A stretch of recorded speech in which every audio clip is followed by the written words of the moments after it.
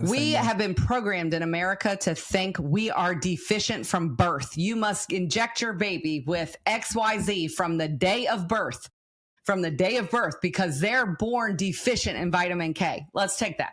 Circumcision. This is in the Bible. It says that the boys should be circumcised on day 8 by the priest. In America, we say you should circumcise your boys the first day after birth, and we're going to have to give them an injection of vitamin K. And it's because their bodies don't create vitamin K. And so if we cut something and they're bleeding, they may bleed out because they don't have vitamin K. And that's part of a clotting cascade that happens with your body. And it's incredible that God, I mean, even just that name, the clotting cascade.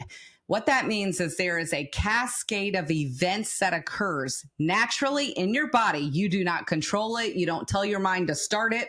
If you're bleeding out, you don't say, clotting cascade, activate.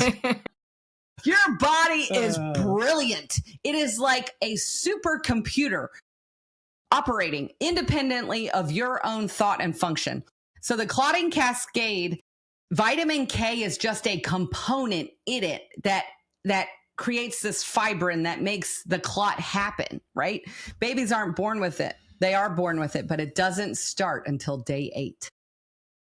Yeah. Their livers are not operating like that, and they don't start the function until day 8. You're telling me God's design in the Bible, he told them what to do on day 8, the day scientifically that we've discovered it starts. Amazing. God told them to do it.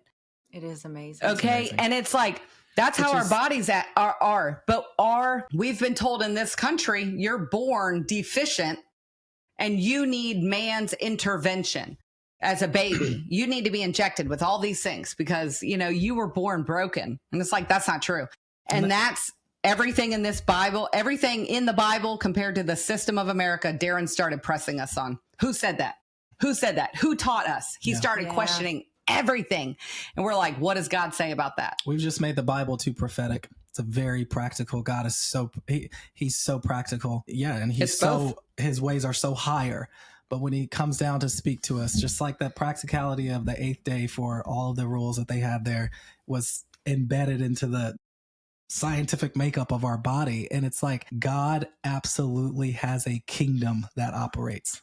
We are citizens of his kingdom. And that's why it's not lawlessness when we talk about freedom, because there's a way that his kingdom operates.